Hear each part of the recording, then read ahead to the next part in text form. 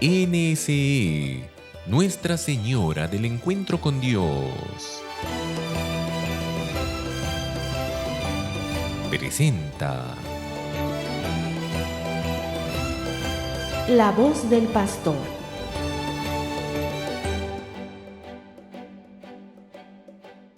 Queridos hermanos y hermanas, nuevamente juntos en La Voz del Pastor con nuestro catecismo de la Iglesia Católica, que ya espero que todos lo tengan, que ya lo hayan adquirido para poder así seguir con una, digamos, mejor atención y poder repasar también pues todas las enseñanzas que resumen nuestra fe católica, resumen también nuestra moral, es decir, ese camino que Dios ha instituido para llevarnos al cielo, para que comencemos a experimentar de alguna manera las primicias del cielo en este mundo y luego cuando nos toque partir de aquí podamos ya alcanzar la plenitud de esas promesas por toda la eternidad.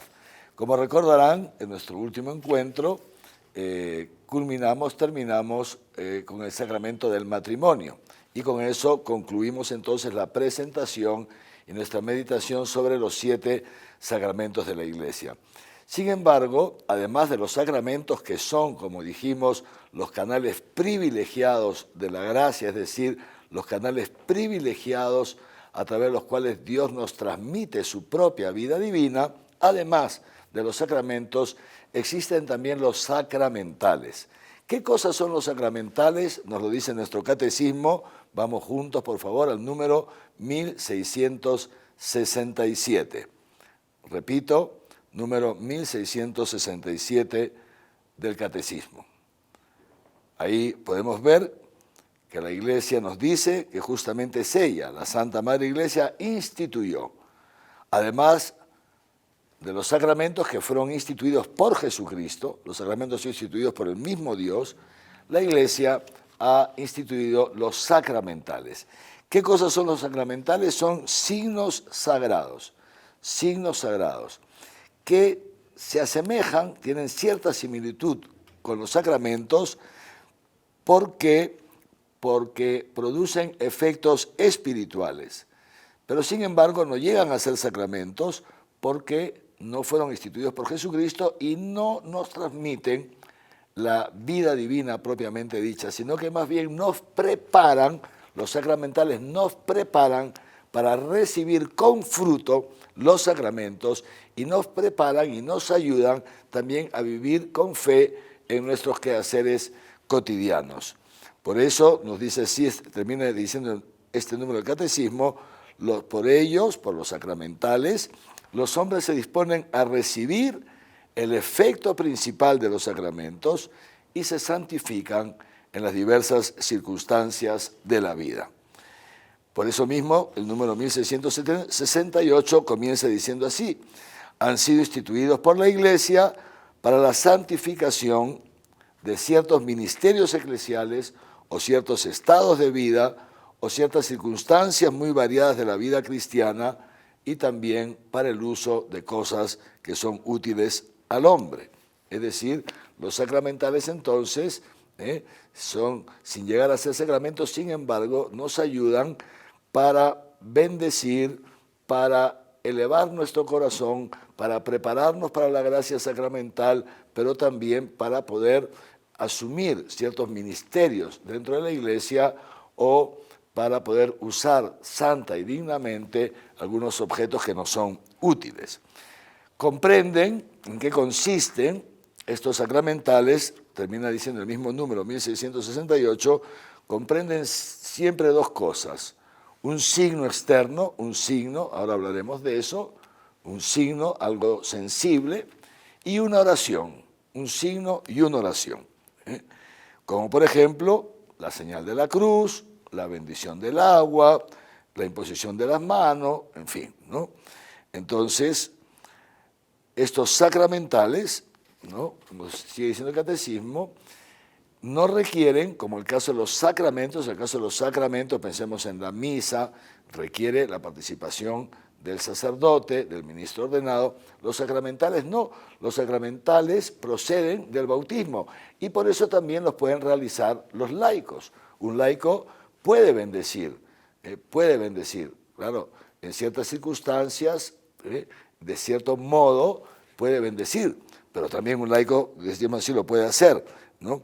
Y pueden también presidir cierto tipo de celebraciones, por ejemplo, aunque algunas celebraciones naturalmente quedan reservadas al obispo o a los sacerdotes.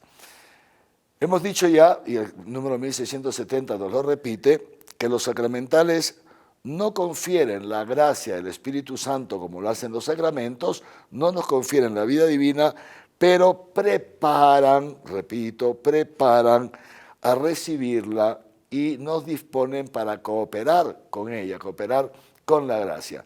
Nos preparan. Por eso los sacramentales no deben sustituir a los sacramentos.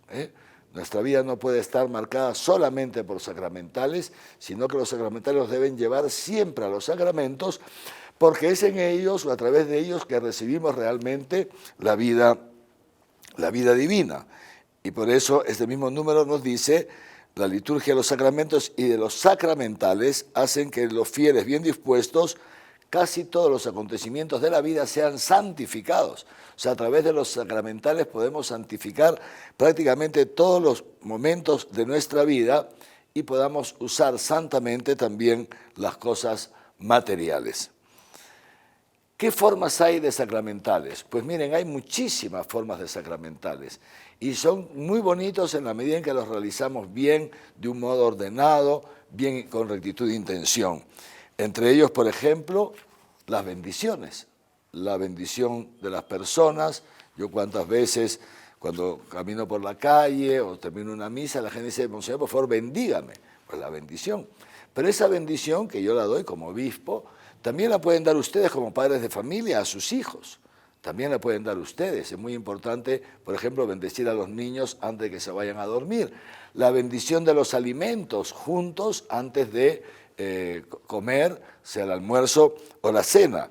También hay bendición de lugares, ¿no? No sé si todos ustedes, si no lo han hecho, es muy importante recurrir a los sacerdotes, por ejemplo, para pedirles que bendigan el hogar, ¿no es cierto? La casa, o el centro de trabajo. Es muy importante. Estos son sacramentales, las bendiciones de personas, bendiciones de lugares, bendiciones de cosas, por ejemplo, la bendición del vehículo, del automóvil.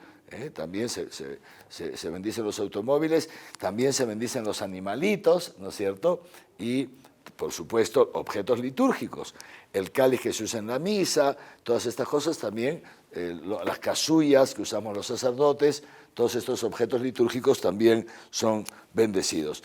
Y toda bendición entonces implica, decíamos, este signo externo, un signo que es sensible y además una oración. Y esta oración tiene dos componentes.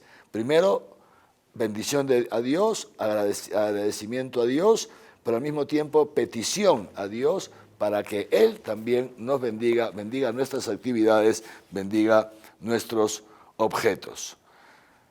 En algunos casos, sigue diciendo el catecismo, estamos ya en el número 1672, las bendiciones tienen alcance permanente porque consagran a Dios a algunas personas para un estilo o un estado de vida concreto. Por ejemplo, la bendición de la abadesa de un monasterio, también la consagración de vírgenes y viudas, la profesión religiosa en el caso de la vida consagrada, religiosos o religiosas, en fin, pero también, entonces, por ejemplo, la bendición para ejercer un ministerio en la iglesia, como los acólitos, que son los que ayudan al sacerdote en la Santa Misa, los lectores, todos estos, digamos, servicios, también litúrgicos, entonces van acompañados, precedidos por una bendición. Ahora bien, fíjense ustedes, aparte de las bendiciones, ¿no?, hay otro tipo de sacramentales, y el catecismo en su número 1673 nos habla de los exorcismos o del exorcismo. El exorcismo, que puede ser de dos maneras: el exorcismo simple, que se da, por ejemplo, en el momento del bautismo. Si ustedes han ido a una celebración del bautismo y han estado atentos, habrán visto que antes de realizar propiamente el bautismo, lo que se llaman los ritos prebautismales, ya se hace un exorcismo sobre la criatura, imperando al demonio para que no entre o deje a esa criatura para que el pecado no tenga ya poder sobre ella. Entonces, esto se llama el exorcismo simple. Pero también está el exorcismo solemne, que es el caso, por ejemplo, de posesión diabólica, ¿no? Que gracias a Dios no son casos, digamos así, numerosos, gracias a Dios no son casos muy numerosos, pero en ocasiones se dan. Y una cosa sí les quiero decir, se está dando mucho en Europa, y en esto hay que tener mucho cuidado, se está dando mucho en Europa porque la sociedad europea en general ha dado espaldas a Dios, ha dado las espaldas a Dios y se ha ido detrás de los ídolos de este mundo y yendo detrás de los ídolos de este mundo muchos han caído en cultos satánicos, etcétera, invocan al demonio, de modo tal, fíjense ustedes que hoy día prácticamente todas las diócesis europeas necesariamente tienen por lo menos un exorcista. Y en varias diócesis europeas no hay uno, sino que hay varios exorcistas, porque hay casos comprobados de cultos satánicos a través de los cuales el demonio entra a tomar posesión de una persona. Nosotros aquí en Arequipa y en general en el Perú, gracias a Dios, todavía tenemos esta identidad católica, todavía tenemos esta fe, este amor a Dios, pero en esto hay que tener muchísimo cuidado. Por ejemplo, algunas veces los chicos quieren jugar a la Ouija como si fuera un juego y esto no es un juego. Otras veces el demonio nos tienta, puede tentarlos haciendo pactos con ustedes, ofreciéndoles tantas cosas y hay veces que personas van detrás de esto, o cierto tipo de música con sus letras, son también una invitación, cuando uno las canta, una invitación a que el demonio entre en uno. En esto no se debe jugar, hay que tener muchísimo cuidado. Y sobre todo ustedes como padres y madres de familia deben cuidar muchísimo a sus hijos, las abuelitas deben cuidar a sus hijos y a sus nietos. Y entonces les decía, esto cuando el demonio toma posesión de una persona, una posesión diabólica, requiere el exorcismo. El exorcismo solo lo puede hacer un sacerdote debidamente autorizado por el obispo y este sacerdote tiene una fuerza espiritual y una rectitud de vida porque si no, han habido casos en que al final el demonio ha terminado venciendo, incluso tomando posesión del mismo sacerdote. En esto no podemos jugar, tenemos que ser muy cuidadosos. Pero gracias a Dios decía, todavía en países como el nuestro son muy pocos los casos. En algunas veces más bien hay una confusión porque se cree que hay una posesión diabólica cuando se trata de una enfermedad psíquica. Entonces por eso siempre lo primero que hay que hacer es descartar la enfermedad a través de acudir a un profesional debidamente preparado. Y solamente en caso se descarte que esa enfermedad ya se puede pensar en una posesión diabólica, hay que analizarlo y en todo caso hacer el exorcismo. Continuamos después de una breve pausa.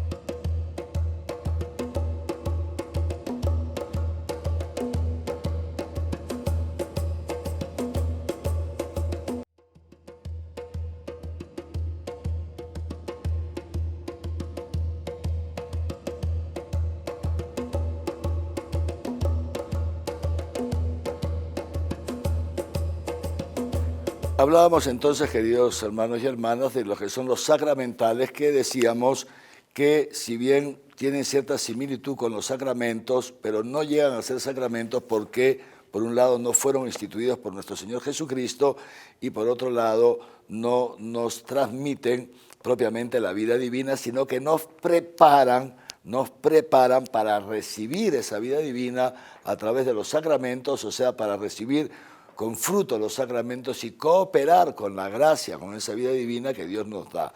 Y en ese sentido los sacramentales son también importantes, son muy importantes, porque además los podemos realizar en nuestra vida cotidiana a través de la bendición de los niños antes de irse a dormir, a través de la bendición de los alimentos, bendiciendo los objetos de uso, como por ejemplo los vehículos, bendiciendo a nuestras mascotas, en fin. Y de esta manera entonces toda nuestra vida va así quedando bendecida. Y decíamos también que entre estos sacramentales se encuentra el exorcismo, del cual ya hemos hablado y no vamos a volver ahora sobre él. Pero además de lo que se llaman los sacramentos y de los sacramentales hay otras formas de piedad que son muy buenas y que la Iglesia también nos recomienda que usemos santamente. Es lo que el Catecismo en su número 1674 llama la religiosidad popular y que ya Pablo VI y ahora también el Papa Francisco llama más bien la piedad popular. ¿Qué es esto de la religiosidad popular o la piedad popular?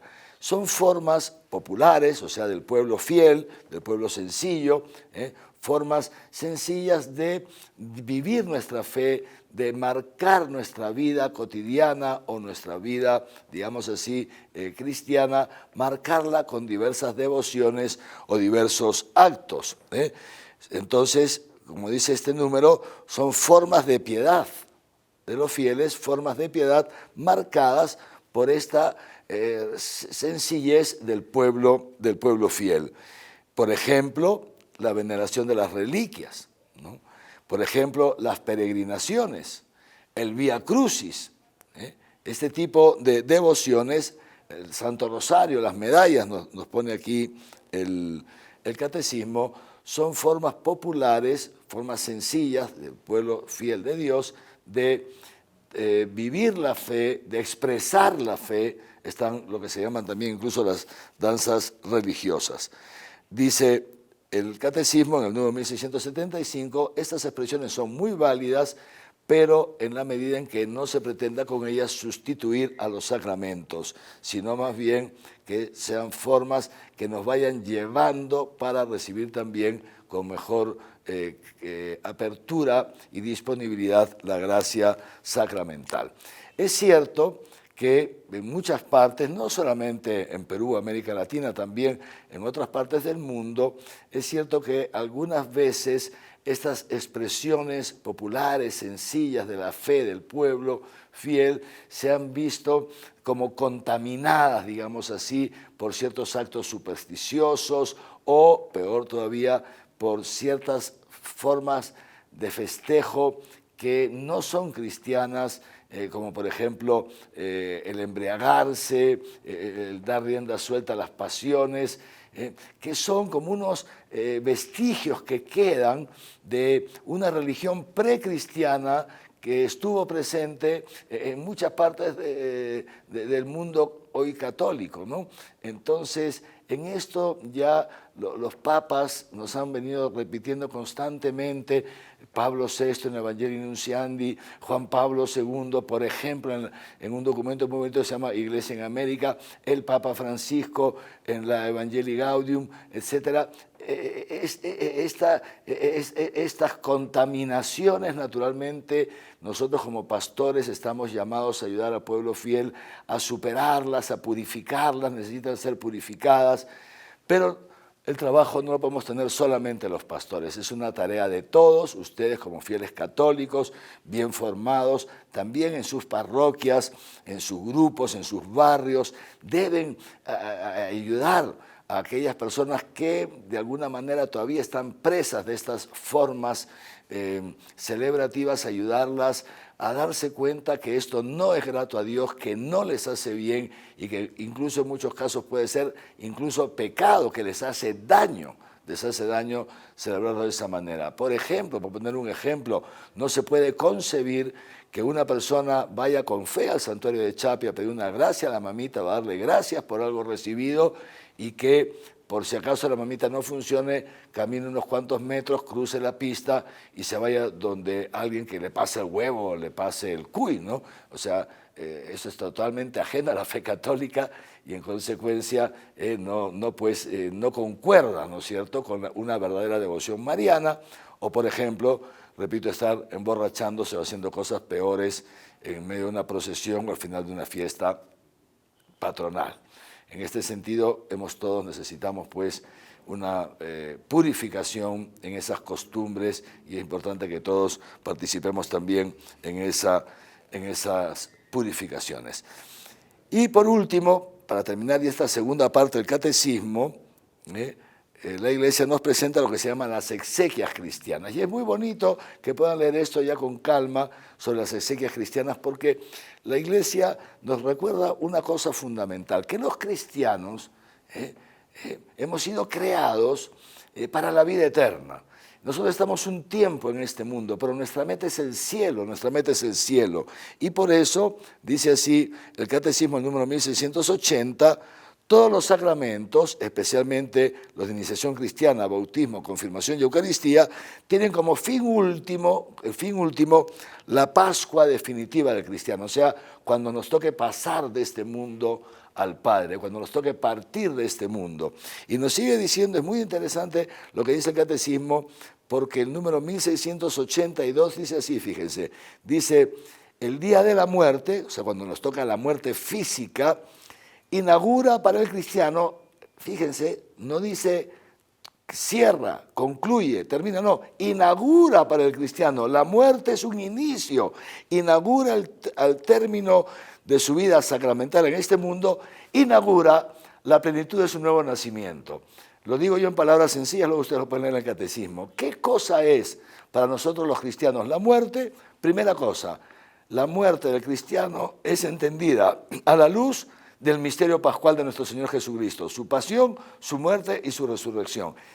Este misterio pascual de Cristo es el que ilumina también nuestra Pascua, porque así como Jesucristo llegó un momento en que le tocó pasar de este mundo al Padre, y Él ya lo sabía y lo anticipó a sus discípulos, también a nosotros nos tocará un día, como a Jesús, pasar de este mundo al Padre. Y ese paso, que se llama Pascua, es la Pascua del cristiano, la Pascua, este paso, queridos hermanos y hermanas, abre para nosotros una nueva etapa, digamos así, en nuestra vida, que ya es la etapa de la eternidad. Y es en ese paso cuando nuestro bautismo llega a su plenitud. Miren, llega a su plenitud nuestro bautismo. ¿Por qué? ¿En qué consiste el sacramento del bautismo? A través de los signos sacramentales, de la liturgia del sacramento, los cristianos somos sumergidos en la muerte de Cristo, eso es el signo del agua bautismal, y salimos de las aguas participando en la resurrección de Cristo. Pero esto se da a través de un signo, a través de un sacramento. Luego queda que esto se realice plenamente en nuestra vida, y eso es la muerte. Queridos hermanos, la muerte del cristiano es esto, consiste en entrar ya físicamente en la muerte de Cristo, con la certeza de que, dice San Pablo, aquel que resucitó a Jesucristo entre los muertos, también nos resucitará a nosotros con Él. Es decir, nuestro bautismo llega, repito, a su plenitud.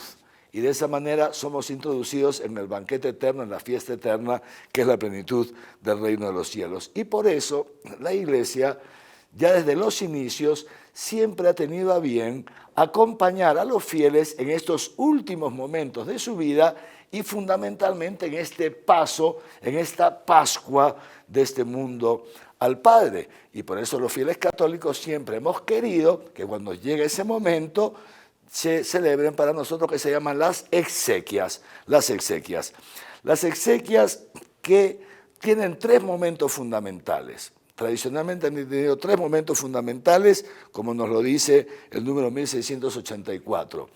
Primero, en la casa del difunto.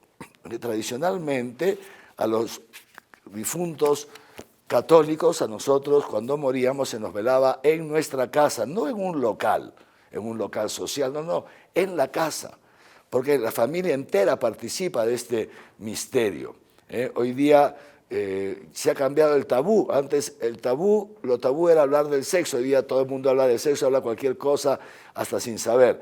Pero hay algo, se ha creado un nuevo tabú, que es el tabú de la muerte. Nadie quiere hablar de la muerte, todos queremos a los muertos lejos. Y fíjense ustedes, las exequias cristianas, sin embargo, tradicionalmente se ha empezado siempre el velorio en la casa del difunto. En la casa, y es la comunidad católica, los amigos, la familia que va hasta la casa, digamos así, a despedirse del difunto. La primera estación entonces de las exequias, con la oración pertinente, etcétera, tradicionalmente se realizó en la casa del difunto. Y de ahí la segunda estación en la parroquia, donde el difunto vivió su vida cristiana, formó parte de una comunidad parroquial. Ahí se hace la misa de cuerpo presente. No se hace la misa de cuerpo presente en la casa, se hace en la parroquia. Y de ahí se va en procesión hasta el cementerio, donde se da la tercera estación de las exequias y se procede ya entonces al entierro. Fíjense, el catecismo termina relatándonos cuáles son las partes de las exequias que son tan bonitas. 1687. Primero, la acogida de la comunidad católica, que acoge sobre todo a los parientes, a los deudos que están más sufriendo del difunto, los acoge con palabras de consuelo. Luego ahí continúa la liturgia de la palabra, que la palabra de Dios ilumine el acontecimiento que estamos viviendo, ilumine el sentido profundo de la muerte, ilumine la esperanza de la resurrección, el gozo de haber partido a la casa del Padre. Y luego, por supuesto, lo que le da sentido a todo esto y eficacia a todo esto, tercer paso, la Santa Misa, el sacrificio eucarístico, para de ahí ya terminar, repito, llevando al difunto al cementerio y enterrándolo y dándole ahí el último adiós. Queridos hermanos y hermanas, yo los invito a recuperar el sentido profundo de las exequias. Todos, de alguna manera, periódicamente nos toca que algún pariente nuestro fallezca hasta el día que muramos nosotros, ¿no? Que será un día precioso cuando nos toque partir de este mundo hacia Dios, nuestro Padre. Pero les decía, periódicamente nos toca algún pariente nuestro difunto. Es muy importante recuperar las exequias si en alguna familia se ha perdido. Acudir al sacerdote, que venga a la casa a hacer una oración, si la casa es muy pequeña, lo que fuera, y no se puede, bueno, dentro de lo posible, velar al sacerdote, muy bien, en un local de la comunidad está bien, velar al difunto, pero que venga el sacerdote. Y luego la misa de cuerpo presente en la parroquia, Es ahí donde la parroquia, la comunidad parroquial se reúne, es ahí donde nos nutrimos de la palabra de Dios y del cuerpo del Señor Jesucristo, y acompañando al difunto este último adiós con fe. Con fe, es el momento en que resuenan nuestros corazones, creo en la resurrección de la carne y en la vida eterna. Amén. Que los bendiga Dios Todopoderoso, Padre, Hijo y Espíritu Santo. Amén.